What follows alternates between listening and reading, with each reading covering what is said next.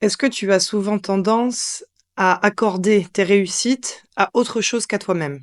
La chance, un événement extérieur, les circonstances, une aide?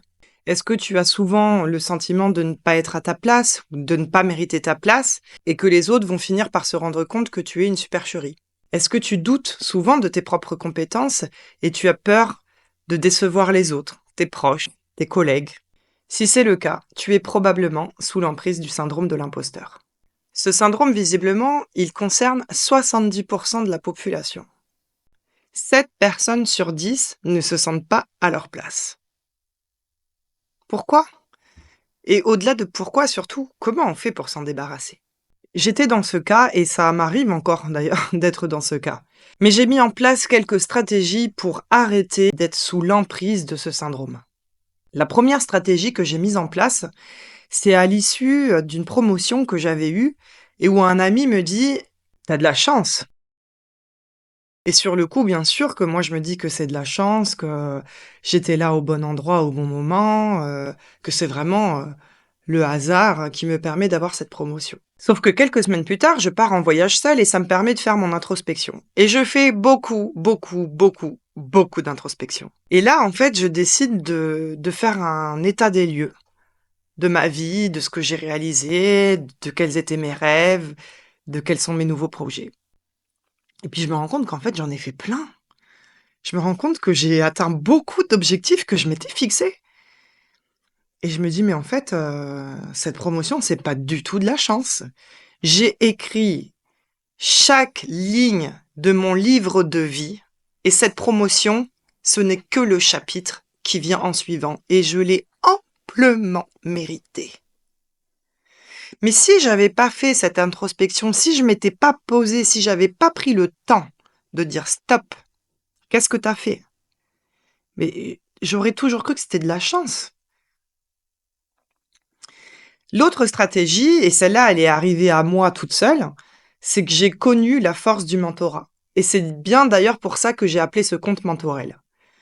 Et cette force, je l'ai connue avec un de mes clients lorsque j'étais en banque, qui était un entrepreneur averti, un chef d'entreprise à succès, qui arrivait proche de la retraite et que j'admirais beaucoup. Dans le cadre professionnel, on fait connaissance, il me parle de quelques-uns de ses projets et parmi eux, il y avait un projet que je ne pouvais pas accompagner.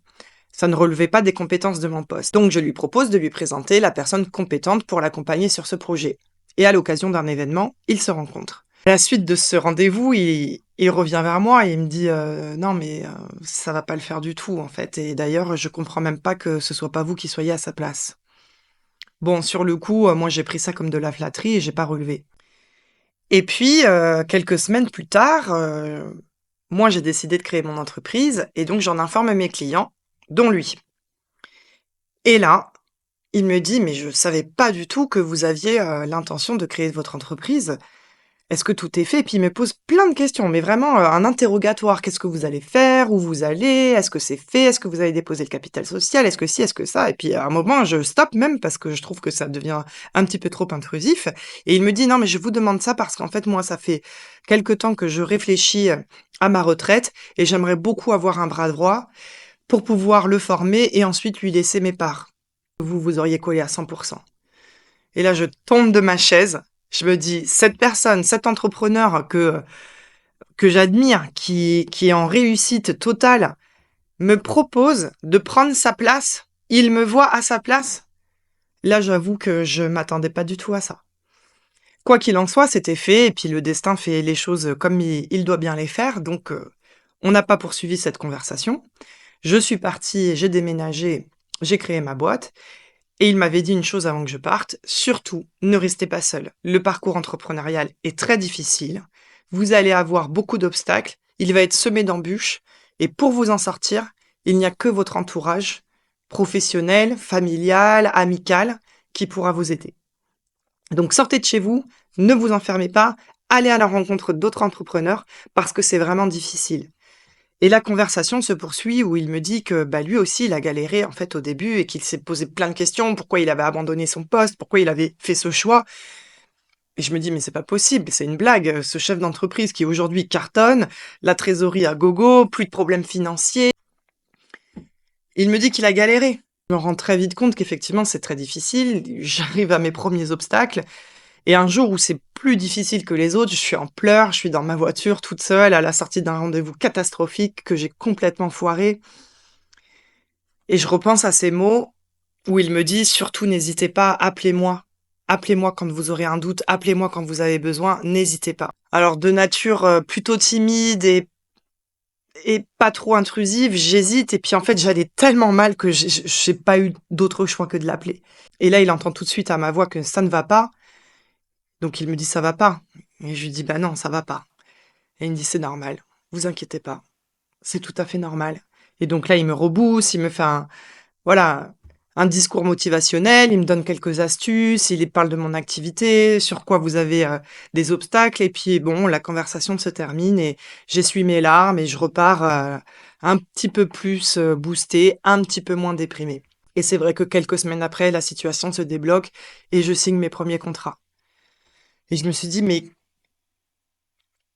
heureusement qu'il était là à ce moment-là, en fait. Je sais pas ce qui se serait passé, je sais pas si j'aurais réussi à me relever, j'aurais peut-être trouvé d'autres ressources, mais c'est vrai que ça m'avait fait un bien fou et le fait que cet homme que que j'admirais en tant qu'entrepreneur vienne à mon aide, vienne à mon secours et qu'il me dise que c'est des phases normales, on ne peut que s'identifier et se dire: «Bon, bah, OK, si lui il me dit ça, c'est que ça doit être vrai, en fait».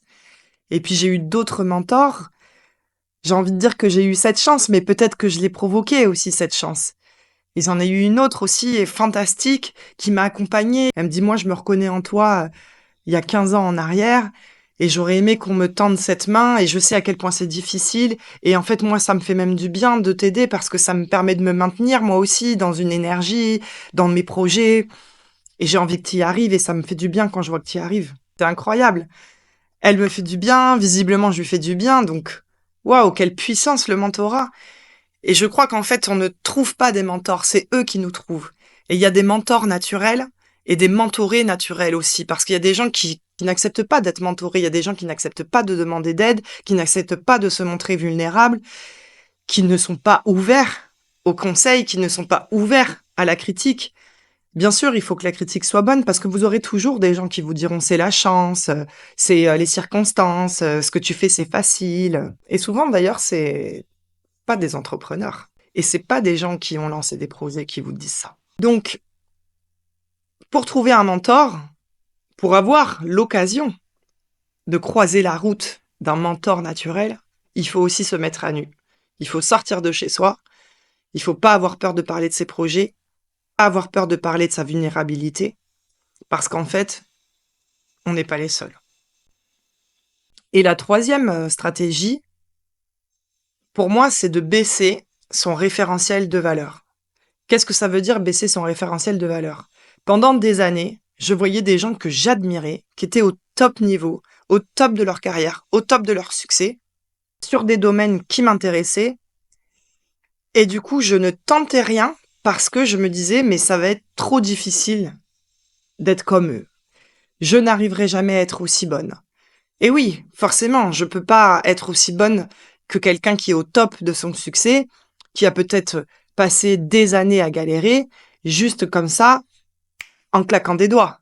Et c'est un peu ça le problème, c'est qu'on a un référentiel de valeur tellement haut que soit on perd confiance en nous parce qu'on se dit mais j'arriverai jamais à faire ça, soit on le fait pas du tout, procrastination, soit on est tellement perfectionniste qu'on se met une pression qui n'a pas lieu d'être, alors que ces personnes-là, si vous discutez vraiment avec elles, avant qu'elles arrivent au top niveau, mais elles sont passées par des chemins qu'on n'imagine même pas.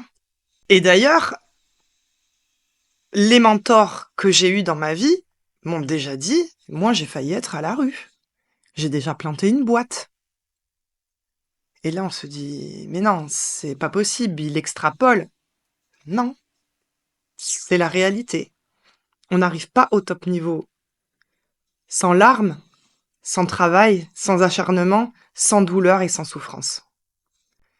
Donc, c'est sûr que si on a un référentiel de valeur très haut, ben on va avoir une grande tendance à procrastiner, à ne rien faire, à perdre confiance. Et alors, quand on est multipotentiel et qu'on arrive à passer d'un sujet à l'autre, bah, le problème, c'est que comme on veut que ce soit tout de suite facile, que ce soit tout de suite une réussite, bah, en fait, on fait rien. Et puis, il faut savoir reconnaître ses compétences et il faut savoir identifier ses succès. Et pour ça, il faut vraiment se poser et se dire, OK, qu'est-ce que j'ai fait jusqu'à présent? Si on ne fait pas ce travail de temps en temps de pause et de lister tout ce qui s'est passé dans notre vie et de sortir même le petit truc qui est peut-être insignifiant, mais qui est quand même une réussite, mais c'est sûr qu'on s'en sort jamais de ce syndrome. Et il faut aussi accepter les compliments des autres. Et ça, je remercie ma sœur qui me l'a dit très récemment. Parce qu'il se trouve que toutes les deux, on a la passion de la couture. Elle a sa marque d'accessoires et j'ai ma marque d'accessoires. À chaque fois que je regarde son compte Instagram, que je regarde ses créations, je me dis waouh, c'est vraiment canon ce qu'elle fait, quoi. Et elle vient chez moi, elle regarde ma dernière création et elle me dit mais c'est super, elle est super cette banane. Moi, je pourrais jamais me lancer dans un projet comme ça. Et puis moi, je me dis bah, comme elle, ce que elle fait, c'est super, bah, c'est sûr qu'en fait, du coup, bah, moi, ce que j'ai fait, c'était facile. Et elle me dit non, non, mais tu rigoles, c'est pas facile. À la fin de la semaine, elle me dit tu sais, tu devrais accepter les compliments quand même. Je te parle de ta banane. Toute la semaine, je t'ai dit que je la trouvais super et toute la semaine, tu m'as dit que c'était facile. Non, mais sois contente de ce que t'as fait. Et c'est pas facile. Et c'est vrai qu'en prenant du recul, avant que je commence la couture, si quelqu'un m'avait montré ça et m'avait dit c'est moi qui l'ai fait, j'aurais dit mais waouh, c'est canon. Sauf que là, comme c'est moi qui l'ai fait, c'est plus canon. C'est plus incroyable. Donc non, j'ai aussi le droit de me réjouir de mes réalisations. Il faut vraiment s'accorder de la valeur. Et pour ça, ça passe par se fixer des petits objectifs, les lister et les cocher. Mais si on ne fait pas ce travail d'introspection et si on ne fait pas ce travail de remerciement envers soi-même, de valorisation envers soi-même, effectivement, c'est très dur de se sortir de ce syndrome de l'imposteur. Alors moi, je vous invite à prendre un cahier et de temps en temps, quand vous avez un doute, allez, on liste. Qu'est-ce qu'on a fait? Et vous allez voir que vous allez être très, très étonné de tout ce que vous avez réalisé et que d'autres personnes ne sont pas capables de faire. Si cette vidéo t'a plu et qu'elle t'a inspiré ou qu'elle te parle, n'hésite pas à me le dire en commentaire. Abonne-toi pour ne pas rater les prochaines vidéos et surtout mets en commentaire un petit succès dont tu es fier. Comme ça, on va tous s'enfoncer avec nos succès. À bientôt.